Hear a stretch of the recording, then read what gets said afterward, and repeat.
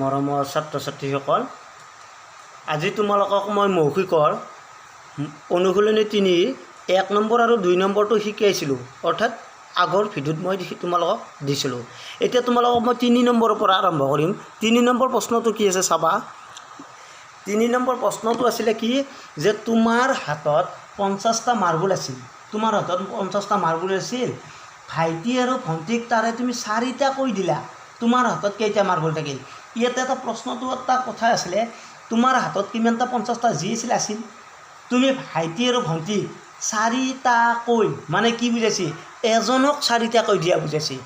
তাৰমানে ভাইটিকো তুমি কেইটা মাৰ্বল দিছিলা? 4টা, আৰু ভণ্টিকো তুমি কিমানটা মাৰ্বল দিছিলা? 4টাই দিছিলা। তাৰমানে দুজনৰ মাজত কিমানটা মাৰ্বল দিলা তুমি? এজনক 4টা দিওঁতে দুজনক কিমানটা গ'ল? অৰ্থাৎ 4 4 কিমানটা গ'ল? 8টা মাৰ্বল দিয়া গ'ল। এতিয়া মই তোমালোকক এই গণিতটো বহীত লিখি কৰি দিম, বুজাই দিম, তোমালোকে বুজি ল'বাচোন। এতিয়া তোমালোকক মই বহীত লিখি কিনে বুজাই দিছোঁ চাবাচোন। প্ৰথমতে আমি লিখি দিছিলোঁ যে মোৰ লগত মুঠ মাৰ্বল আছিল সমান কিমানটা আছিলে? 50টা।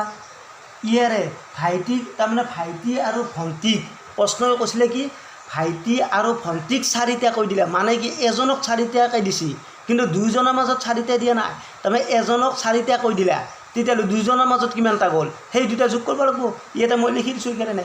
ইয়াৰে ভাইটিক মাৰ্বল দিলোঁ সমান 4টা, ভণ্টিক মাৰ্বল দিলোঁ সমান 4টা। এতিয়া মোৰ হাতত মাৰ্বল থাকিল, এতিয়া মুঠ মাৰ্বল কিমানটা? 50টা। অৰ্থাৎ এই 50ৰ পৰা প্ৰথমতে ভাইটিক দিয়া 4টাটো বিয়োগ কৰি দিলোঁ। 50 বিয়োগ 4 অৰ্থাৎ 50ৰ পৰা 4 বিয়োগ কৰি দিলে কি 46 পাম। আকৌ বিয়োগ 4টো নামি আহিম, 46ৰ পৰা 4 বিয়োগ কৰি দিলে কিমান পালোঁ? 42। উত্তৰটো কিমান হ'ব? 42। বা কোনোবাই এনেকৈ বিয়োগ কৰিব জানা নাই, তেওঁলোকে এনেকৈ কৰিব পাৰা। মুঠ মাৰ্বল 50টা আছিল, 50টা বিয়োগ, তাৰমানে এই দুটা দিয়া গ'ল নহয়, যিখিনি দিয়া গ'ল এইখিনিতে আমি যোগ কৰি ল'লোঁ। অৰ্থাৎ 4 যোগ 4, তাৰমানে ভাইটিক দিলোঁ 4টা আৰু ভণ্টিক দিলোঁ 4টা। 4 4 মুঠ কিমানটা গ'ল? যোগ কৰি দিলে 8টা। মাৰ্বল আছিল 50টা। এতিয়া 50ৰ পৰা এই মুঠ দিয়াখিনিক বিয়োগ কৰি দিলোঁ, 50ৰ পৰা 8 গ'লে থাকিল 42টা।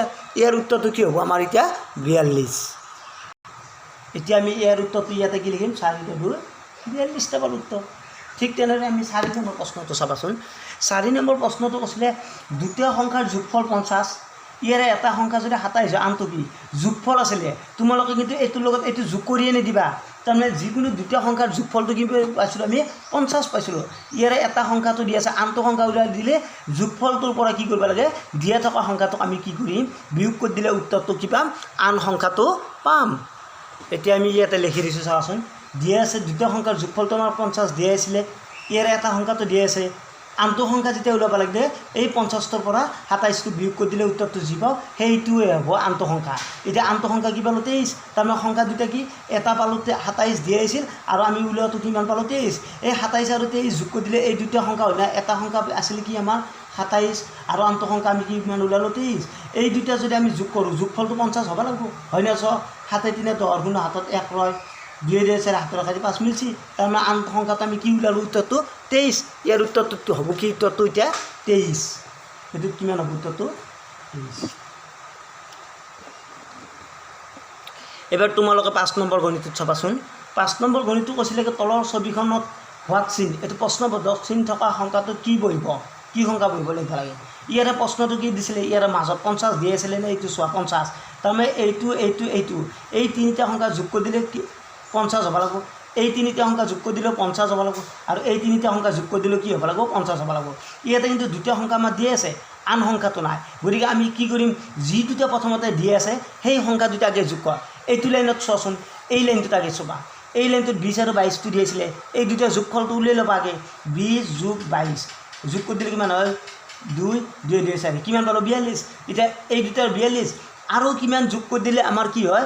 50 হয়। এতিয়া কিমান যোগ কৰিলে যদি 50 হয় নাজানা, মুঠ আমি কিমান পাব লাগে? 50। এই 50ৰ পৰা এই দিয়া থকা সংখ্যা দুটাৰ যোগফলটোক বিয়োগ কৰি দিবা। অৰ্থাৎ 50 বিয়োগ এই দুটা যোগ কৰি কিমান পালোঁ? আমি 42 পাইছিলোঁ না? 42টোক বিয়োগ কৰিবা, উত্তৰ কিমান পাবা চাবা। এতিয়া ইয়াৰ পৰা ধৰাম 10, 10ৰ 2 গ'লে থাকিল 8, ইয়াতে 4 4 গ'লে নাপাতো, উত্তৰটো আমি কি পালোঁ? 8। তাৰমানে এই সংখ্যাটোৰ বাকচটোত কি হ'ব? 8।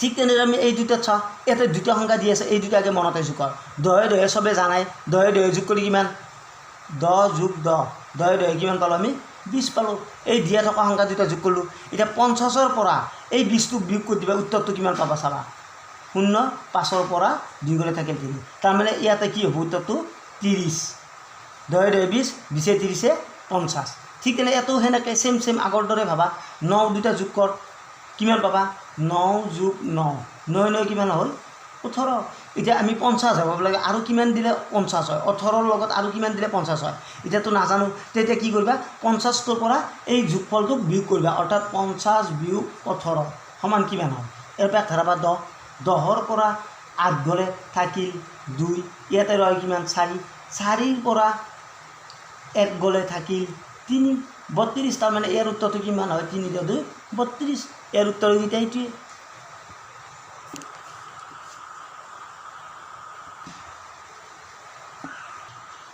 এবাৰ তোমালোকে 6 নম্বৰ প্ৰশ্নটো চাবাচোন কি দিছিলে 6 নম্বৰ প্ৰশ্ন খালি ঘৰকেইটাত উপযুক্ত সংখ্যা পাব কি আছিল ইয়াতে এইটো কি চিন আছিল বিয়োগ চিন তাৰমানে কি আছিল ওপৰত 100 আছিল নে এই 100ৰ পৰা 15 বিয়োগ কৰি যি উত্তৰ পাবা ইয়াতে লিখি দিছে উদাহৰণৰ পৰা অৰ্থাৎ ওপৰটোৰ পৰা এই সৰুটো বিয়োগ কৰিবা বিয়োগ কৰি তোমালোকে উত্তৰ কি এইটো লিখাই আছে 85 ঠিক তেনে 106ৰ পৰা 15 টকা বিয়োগ কৰি এইটো বাকচত লিখিবা 78ৰ পৰা 15 বিয়োগ কৰি এইটো বাকচত লিখিবা আকৌ 52ৰ পৰাও 15টো বিয়োগ কৰি এইটোতে লিখিবা এতিয়া 106ৰ পৰা 15 বিয়োগ কৰিলে কি ইমান হয় উত্তৰটো মই ইয়াতে লিখি দিছোঁ তোমালোকে বিয়োগ ফলটো চাবাচোন এতিয়া 106 বিয়োগ 15 6ৰ পৰা 5 গ'লে থাকিল 1 এই 10ৰ পৰা 1 গ'লে থাকিল ন তাৰমানে 106ৰ পৰা 15 বিয়োগ কৰি দিলে কিমান পালোঁ আমি উত্তৰটো 91 পালোঁ এই 91টো 106 বাকচটোৰ তলত লিখি দিম এই 106ৰ পৰা আমি 15 বিয়োগ কৰি কিমান পালোঁ আমি 91টো ইয়াতে লিখি দিলোঁ এইটো হৈ গ'ল এইটো দিয়ে এইটো বিয়োগ কৰি এবাৰ এই 78ৰ দিয়ে 15টো বিয়োগ কৰি যি পাম ইয়াতে লিখিম এইটো মই বিয়োগ কৰি দিছোঁ চাবাচোন